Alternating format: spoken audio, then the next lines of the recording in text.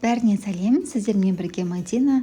Бүгін өте оңай әрі тез дайындалатын кекс дайындайтын боламыз. Жұмыртқаны 2-3 минут кішкене көтерілгенше миксерлейміз.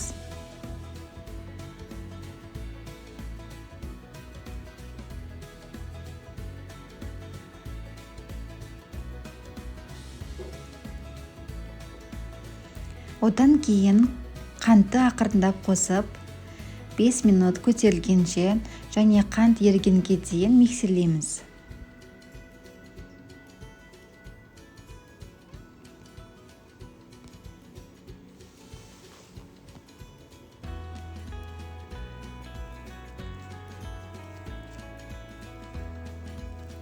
Үй бөлмесінде тұрған майды қосамыз.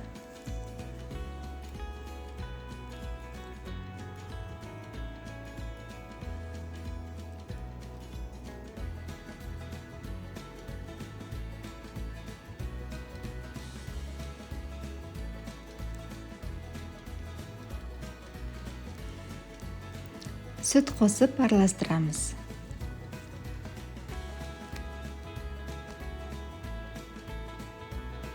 Одан кейін ұн мен қопсытқышты ситодан өткізіп қосамыз. 2-3 минут миксерлейміз.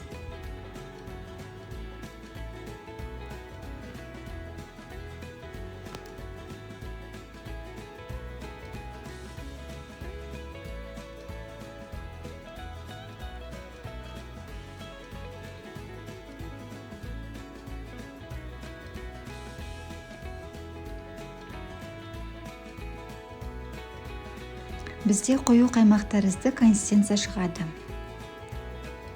Формамызға 1-1,5 үлкен ас қасық құямыз. 180 градусқа дейін қызып тұрған пеште 25-30 минут пісіреміз.